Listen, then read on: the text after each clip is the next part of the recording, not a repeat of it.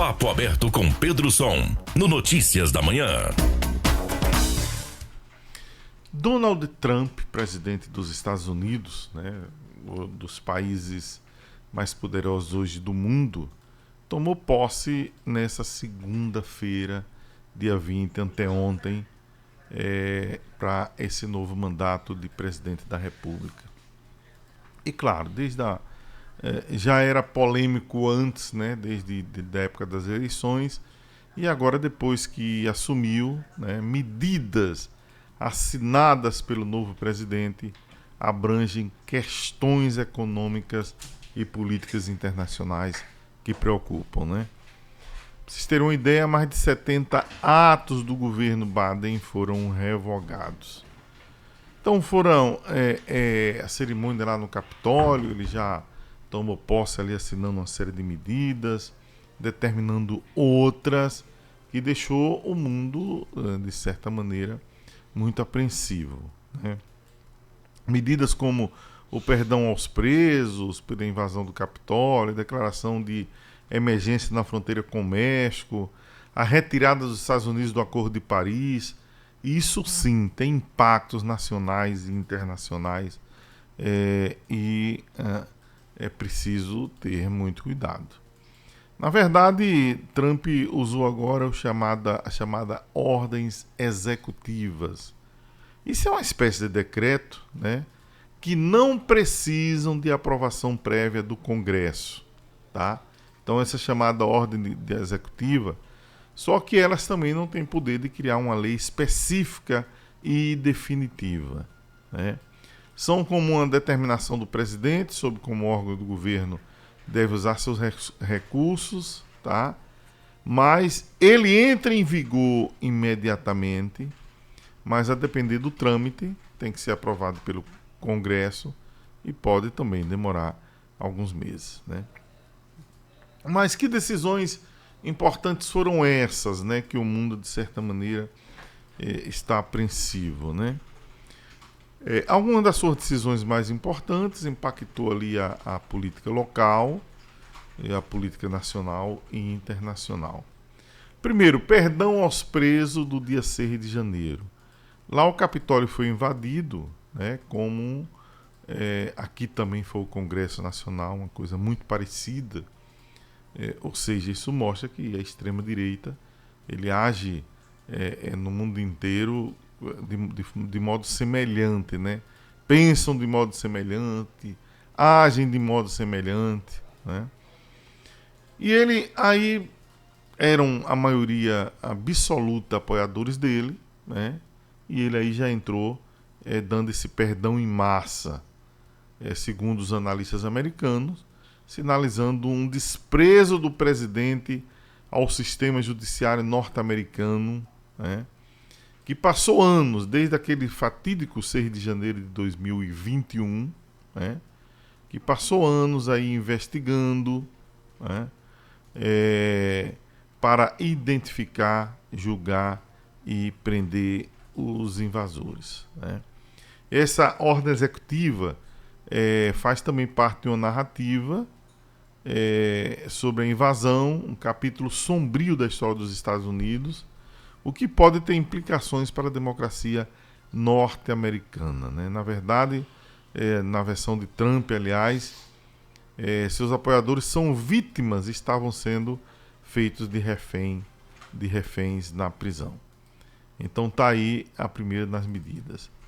A segunda, a emergência nacional na fronteira com o México, né? Ele declarou ali a emergência na fronteira com o México para que... Porque a maioria dos imigrantes, né, vem ali do país vizinho, via México, né?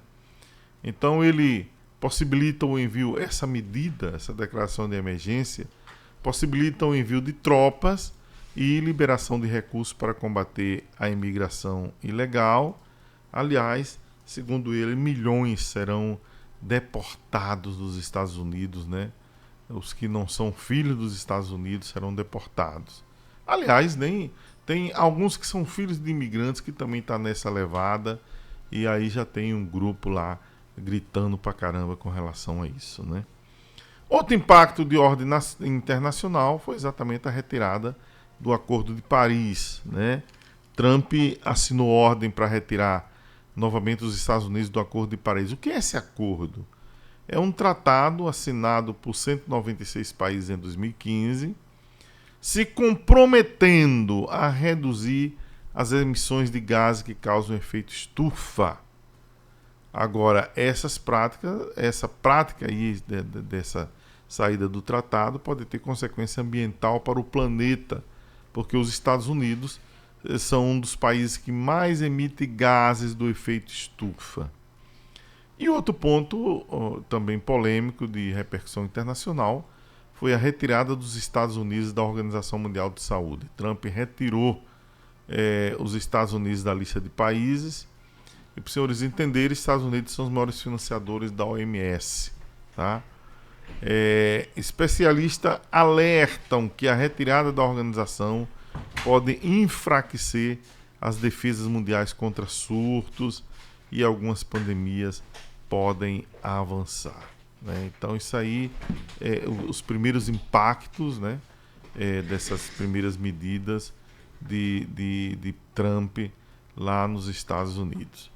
Agora, o que chamou a atenção mesmo, primeiro, como ele se apresenta como o grande senhor do mundo, né? Ele diz, agora somos nós, né? Agora a América somos nós. E despreza todos os outros, como se o país fosse um país, os Estados Unidos fosse um país isolado que não precisasse de ninguém, né? Quando perguntado sobre Brasil e América Latina, ele diz, não, nossa relação é excelente, né? Eles precisam de nós muito mais do que nós precisamos deles. E ele categoricamente diz, não precisamos deles. Eles precisam de nós, aliás, todos precisam de nós. Ora, o Brasil hoje é um dos mercados consumidores do mundo, de maior atração e de maior atenção do mundo, né? Por quê? Você olha ali o mercado de consumo interno dos Estados Unidos e outros países aí, eles estão praticamente ali saturados, já tem ali e tal. Só que o Brasil tem ainda um espaço aberto imenso, né, para receber tantas e tantas organizações, empreendimentos, né? Por isso que o mundo sempre fica de olho no Brasil aí, né?